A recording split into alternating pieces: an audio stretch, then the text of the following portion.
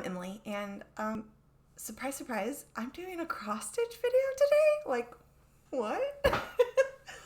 It's been so long since I have been able to do a cross stitch video, and gosh, I don't have a lot to show. I only have 3 projects to show, but hey, 3 is more than 0, and I'm just thrilled to be stitching again. So if you don't know, I stopped stitching in January, mid-January, because I started having a lot of pain and issues with my right hand. It is my non-dominant hand. I am left-handed. Hey, hi, hello.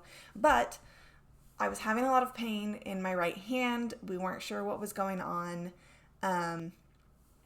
My chiropractor brought up that he thought it might be arthritis related because my hobbies include cross-stitching and little fine motor skill related things like doing puzzles and, like I said, cross-stitching. I read a lot of books, and you hold books. Do I have a book to show? Probably. But you hold a book in your hand or stuff like that. I had wanted to paint and stuff like that, like paint by numbers. So on top of that, my job is also very much with my hands. So I work at a library. What my job specifically has to do with is getting materials ready for public or patron consumption. So I have an example of like what my work is. My microphone is on top of it. I've got 2 here, book-wise. So when you check out a library book, if you've ever checked out a library book, they typically have multiple additional stickers or a barcode, things that let you know that this book belongs to the library and not to you. It is not just a home book. And part of my job is to do that to books. Is I prepare them, which means I put a lot of stickers on things, I tape a lot of stuff, I am stamping, I am putting barcodes on things. So I'm also laminating, like books that have dust jackets, we laminate the covers and attach them back on for protection. So my job is a lot of hand work. And I was just experiencing a lot of pain. And my chiropractor was like, hey, you might be getting arthritis in your hand, which sucks. I talked about it months ago, but I was getting a lot of pain, like down in here, like using my hand would hurt. I quit wearing a watch because I thought maybe my watch was too tight. Like I just really limited what I was using my hand for, and I also started wearing a brace. So I quit stitching. I am also a 2-handed stitcher. I have stands, I have stuff like that, but I will stitch with my dominant hand on the bottom of my project and my non-dominant hand on top. So I feed the needle up through the bottom, grab it with my top hand, turn it back through, and so on and so forth. I am a 2-handed stitcher. I can obviously stitch one-handed. I didn't get that. Could you try again? No. I can stitch one-handed, but it's not my preferred way of stitching, and I'm a lot slower. I'm already slow, but I'm a lot slower when I do that. I couldn't stitch, and I just stopped stitching for months, for like 6+ months, and it took a toll on me. I read a lot. I got a lot more into reading and to doing books because that was easier. And it still made me feel like I was doing something and I wasn't just sitting. I can't just sit and watch TV. I do not find that relaxing. So all of this to say, I took a lot of time off. I started trying to do things to rest my hand and then to rebuild strength into my hand, and doing arthritis exercises and joint exercises and lots of just wiggling things around. Blah, blah, blah, blah. The call to stitch, though, it came back. I wanted to stitch. I was looking at my projects. I need to stitch. You know, there are things that I was like, I just want to work on. I just want to do. I just want this to get done. So I took a project with us on vacation. When we went to Lake of the Ozarks at the beginning of August, I was like, you know what? I can't read in the car. I can't watch screens in the car because I get really motion sick in vehicles. If I try to do anything on a screen or reading, was not going to work. But it was a 6+ hour car drive. I was going to be in the car with my husband and my kid, and we were going to be jamming out to music, and that's great and all, but I needed something to do in the car or I was going to struggle. Let's bring a project and put no pressure on myself. If I stitch, I stitch, and if I don't, but if it's there and I feel like I can, let's go for it. So I was like, I'm gonna grab an easy project, nothing crazy, nothing big. So I brought along my Cabinet of Curiosities Sal by Stitchonomy. It was the 2022 Halloween stitch along that Alyssa from Stitchonomy put out. I am obsessed with her Halloween stitch alongs, most of her stitch alongs anyways. I really like how she does it. She will make the stitch along available for free, and then for a point you can sign up while it's free. Then you get the products delivered to you, the pattern delivered to you every day or whatever the release schedule is. And then after the fact, you could go back and purchase it if you see that you do want it. But what I like to do and what she also does, so she makes it available for free, you sign up, and then she will release a project pack for it that comes with the fabric, the thread, if there's any charms, and then usually a bunch of extra goodies. And so the last couple of years I have done that. I have signed up but then I've purchased the deluxe kit and have gotten the fabric, the threads, the needle minder, the floss holder, and stickers and charms and stuff. That's just what I like to do. And I did that with this particular project, and I'm going to show you because I brought it and I ended up working on it, and I was really happy because I had not touched this particular project in over a year. So let me show you. Look at it. I'm a little emotional. I didn't think I was going to get emotional talking about cross-stitching again.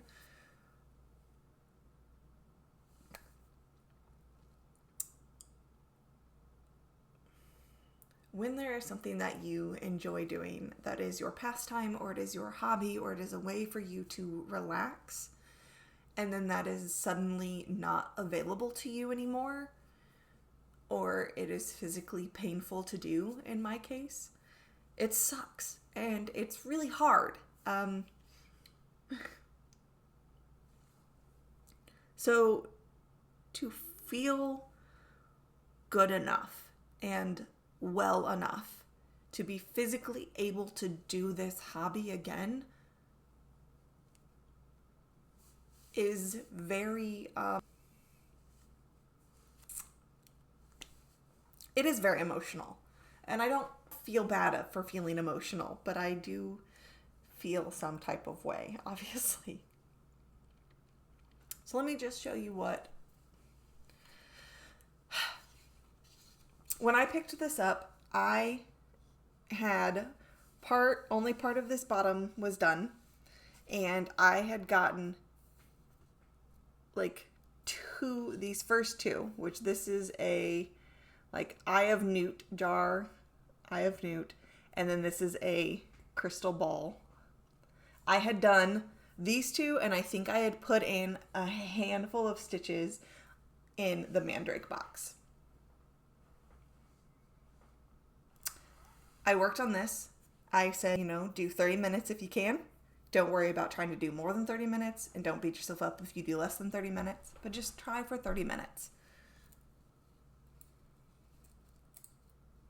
Sorry, this is the needle minder that goes with it, and it's like a little whip potion bottle. Anyways. And what I've been doing with this project anyways, because this frame is so long, the frame is so annoying / boring because it's just black after black after black after black after black, and it's just boxes as you work your way down. And then there is backstitching. Anyways, I will do a strand of black and then a strand of color and then a strand of black and a strand of color. And that's how I've been doing it. Obviously, I hit a point where I got pretty far down and was like, oh, I can't do anything because I'm still working up here. So I finished these up so I could then scroll down. Whilst I was on vacation, I have not touched this since, and that was a week. I gave myself the week just to work on it. I added way more of this frame, and I finished. There's like 2 strands of backstitch that I haven't done. I finished our little mandrake. Look how cute he is. And this is a spider in a web. Sorry, I still get my camera mixed up. This is a spider in a web. And then these are little animal skulls. And then this is supposed to be a jar full of brains. I did 2 whole boxes. Like, basically 3 whole boxes. And that was huge for me. I'm not gonna lie. That was huge. This is a roller frame, for anyone who is wondering. This is a size 10 roller frame. I do really love it. It is adjustable. This is fantastic. Obsessed with this roller frame. It is really good quality. It's even got like a built-in needle minder like right here. Yeah. It was expensive. Do not get me wrong. This was hella expensive, and my husband was like, I could have made you that. We'll see. I'll hold him to that one of these days and be like, make me a roller frame. Do it. Do it. But this is this. And yes, I love this needle minder too. Yes, it's a little planchette. It says Cosmic Crafter on it, but it has that hole in the middle, so you can have like a skein of like floss or like a strand of floss like tied to it. And I've just been leaving my black here because it's so much black. I just put like a strand of like a length of black on here, and then just pull it from here whenever I am ready to use black again. Why is the needle on the back? Oh, I think I know why my needle is on the back. It's fine. I've got some loose threads I need to clip. And then it just kept going. We came back and I was like, I still want to stitch. My hand is feeling good. I kept giving myself a like 30 minutes a night kind of goal. Just go for 30 minutes a night. If you do more, you do more. If you do less, you do less. But like, hey, try and hit 30 nights, like a daily 30 again. Like, let's start with basics. Let's try and do a daily 30. Because I didn't want to overdo it and burn myself out, or overdo it and hurt myself. But I wanted to do it.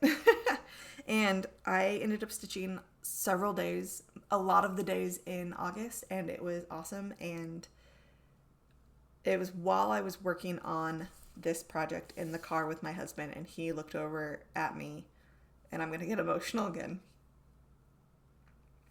Because he looked over at me and he saw me and he was like, it's really good to see you stitching again.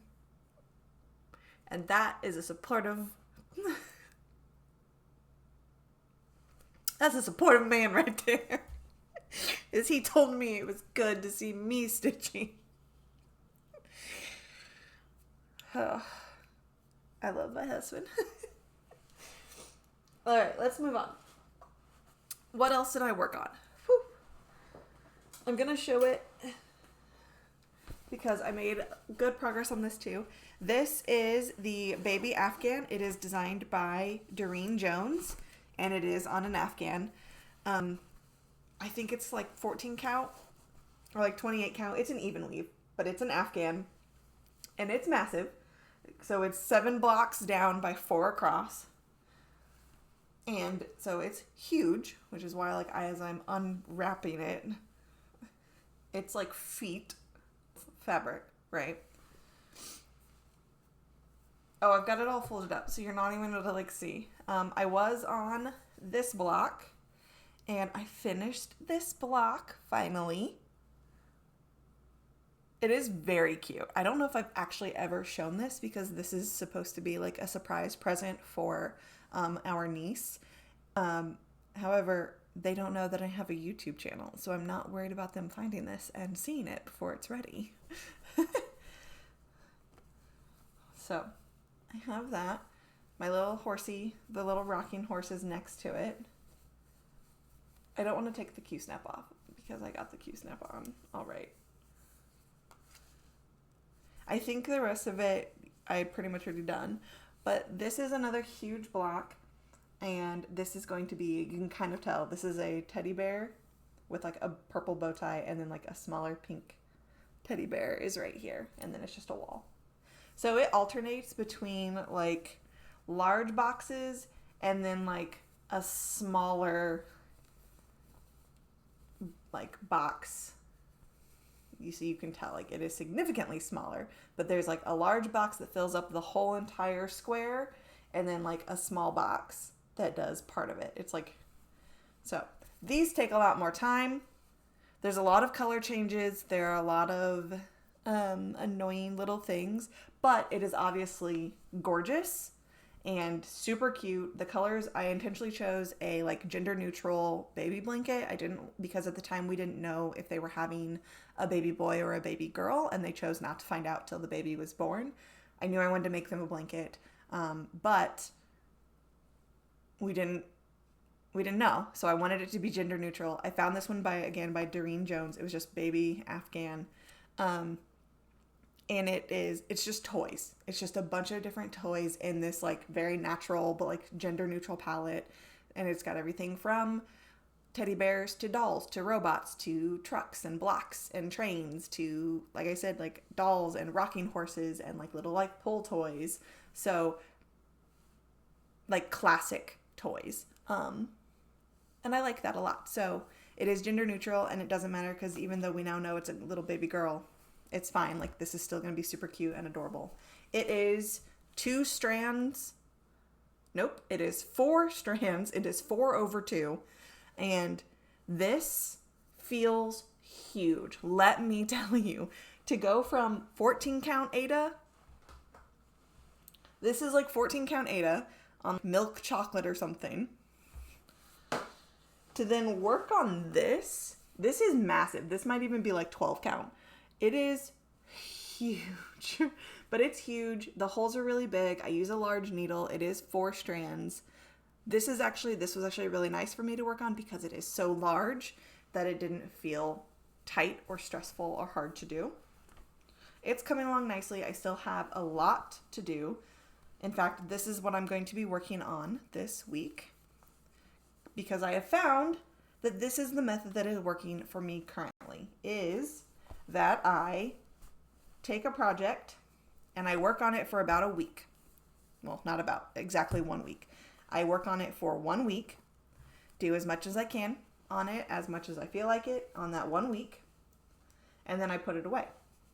And then I don't feel overwhelmed. I don't feel like I'm burning out. I'm not getting like bleh over one project. Because I'm also like, I kind of follow, I'm more of a mood stitcher than I'm not monogamous necessarily, but I'm also not a daily stitcher that switches a project to a different project every single day. I can't do that. That does not interest me. I've tried that in the past and it didn't work. And it made me actually lose my stitchy bug. And I have come to learn that this method works the best for me. If I give a project 7 days and I work on it however much during that 7 days, by the end of the week, I'm done with it and I'm ready to work on something new. And so that method works for me. The other project I worked on, and I have already worked on it in September, so there's more than just the August, but I'll show it again. This is my Letters from Hogwarts, Stitch Your Own Adventure. I don't remember how much you remember of seeing this. This thing has been here for 4 years now, but we're almost done. I say we as if you've been here on this journey with me. I am almost done with this bad boy. Here's the thing. The last time I was still stuck in this block forever and a day. This snitch took 4 frickin' ever. There are a lot of quarter stitches in this little area, which my camera's not like picking up because it's such a faint like gold yellow. There's so many quarter stitches in this area. It is a lot. And then I switched colors. I like I like flip-flopped. The way it's charted is like the blue one is here. Like this blue is supposed to be the Ravenclaw colors. This tower is supposed to be the Slytherin colors. And so then this whole thing is also switched. But because I used the Ravenclaw uniform, I didn't want the Ravenclaw tower right next to it. So then I flip-flopped everything. And so trying to then reorient my brain on my pattern that this is now this took me forever to do. All of that. This broom is like 8 different shades of brown. And just so much. And then, but look, this bottom is now fully done. And if you know, you know. This bottom sucked. There were a lot of complaints when it was originally like out that this bottom was a bitch to stitch. And it's true because you have all of this cream. These envelopes are all this cream color. And some of them are at angles. And in order to get these angles, you do quarter stitches and 3/4 stitches and full stitches. And then you've got the red in there. And the red, some of the red is full stitches and quarter stitches. Some of these are French knots. And then all of the green is also like 1/4 and 1/2 and 3/4, and it's just so much. And then you back stitch each and every single envelope in 2 strands of the same brown that is like this border in the border. It's a lot. So I finished the full bottom, and I was doing the same kind of method where I would do a strand of something in here and then I would move down and do a strand of something in the bottom to finish this bottom part of the frame. Finish this. Then moved on, made the frame for this final section. I miscounted up here. There is an error up in here. I was supposed to like come down another row and I didn't, which threw off. This is in the correct spot, but I fudged it. So like I'm missing a row in here because I didn't drop down in here. It's fine, which then has thrown off some of the counting here. So so this is the final chapter of this Stitch Your Own Adventure, and this is like Care of Magical Creatures class, and is what I chose. And then within the Care of Magical Creatures class, I chose that the animal that's going to be here is going to be a unicorn. This is for our other niece. I figured she would like the unicorn out of the choices. It was like unicorn, thestral, or hippogriff. I thought a little girl, and she's very much a little girl, was like, she'll like the unicorn the best out of those. Thestrals are kind of creepy. I don't want to scare her.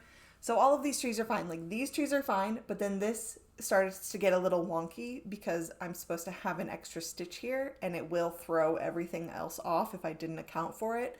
So then I've had to go back and go, okay, now remember there's supposed to be an additional row somewhere in here and I've just thrown one in somewhere. So it's like, don't count off of this. You need to count, like, I know for a fact that this is all correct. So then I stitched part of Hagrid's hut so that this is all in the correct spot. So I could then base everything. Yeah, like I messed up, but that's fine. I am loving this. I still love it. Oh, I went in. This was done. I went back in and I added another slug and I added in some jelly beans because it just felt very empty still. And now with like the additional jelly beans and this final slug, this now feels finished to me. It did not feel finished every time I would look at it because this was just open. And then there were just these gaps and I was like, I need something. So I just looked at the pattern again, threw in some extra pieces, and fell in love with it. It's almost done. I can't believe it. All that's left on this is, like I said, I need to finish these trees. There's like greens in here for like moss and stuff. I have to finish the trees, Hagrid's hut, the unicorn, and then there's some pumpkins. I'm going to save the pumpkins for last because it's fall and orange is my favorite color and they're pumpkins. So when I get to the pumpkins, that will be the very last thing I have to stitch on this project. And that is crazy to me. I can't wait to take it off the Q-snap and show you the whole thing. So, yeah.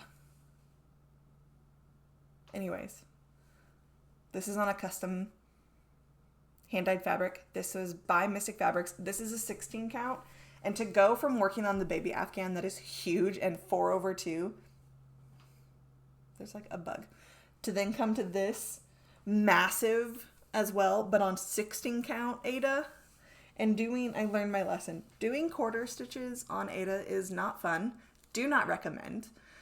But I didn't realize it at the time when I ordered this so long ago. I'd never really done quarter stitches or anything like that, so I didn't know what I was getting into with trying to do it on Aida. But here we are, and like I said, this was a custom made piece for this particular project. by Mystic Fabric. So it doesn't have a name, but they designed this specifically for Stuart Cunningham, who designed this. It is Letters from Hogwarts, Stitch Your Own Adventure, designed by Stuart Cunningham of Cunning Stitches. I've said everything. There you go. Blah. Ta-da! Done. I did not center this right. I started up in my left top corner. My margins are a little off, so now I have a bunch down here to the side because I didn't center it. Listen, I was still a baby stitcher when I started this. But here we are. Here we are. And I can't believe I've spent 30 minutes talking about 3 different cross-stitch projects, but that's just... I hit my coffee. But that just shows you how we are and where we're going. And I'm very excited to be back. I hope to make some more cross-stitch videos very soon. I would love to do another Stitch with Me, because I haven't done one of those in a really, really long time, and I'm just feeling the urge to do it, but I need to be editing all of my other videos first, because I have things I filmed that I need to put out. Editing sucks. Filming, fun, but editing is sucky, so I need to do it. Thank you all so much for being here. Thank you for supporting me and being patient with me while I rested and healed, and I am just thrilled to have even the small little audience that I have, and yeah. Thanks. I'll talk to you all soon. Happy reading, happy stitching, happy listening, happy watching, happy doing whatever it is that makes you happy doing. Be easy with your hands.